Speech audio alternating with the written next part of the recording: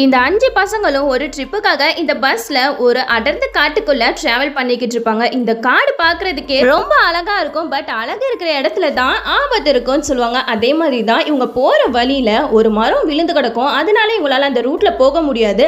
அந்த பஸ்ஸை திருப்பி ஷார்ட்கட்ல வேற ரூட்ல போவாரு இந்த டிரைவர். அப்போ போற வழியில மனித எலும்பு கூடலாம் எரிஞ்சு போய் கிடக்கும்.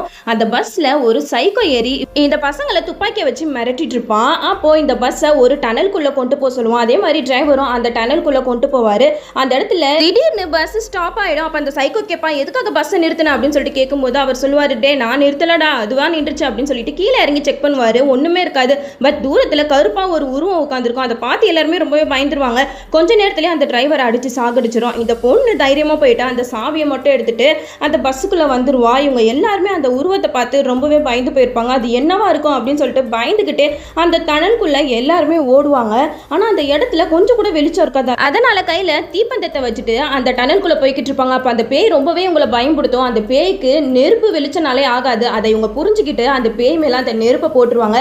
அந்த பேயும் எரிஞ்சு போயிடும். இவங்க எல்லாருமே அந்த இடத்துல இருந்து எஸ்கேப் ஆயிடுவாங்க.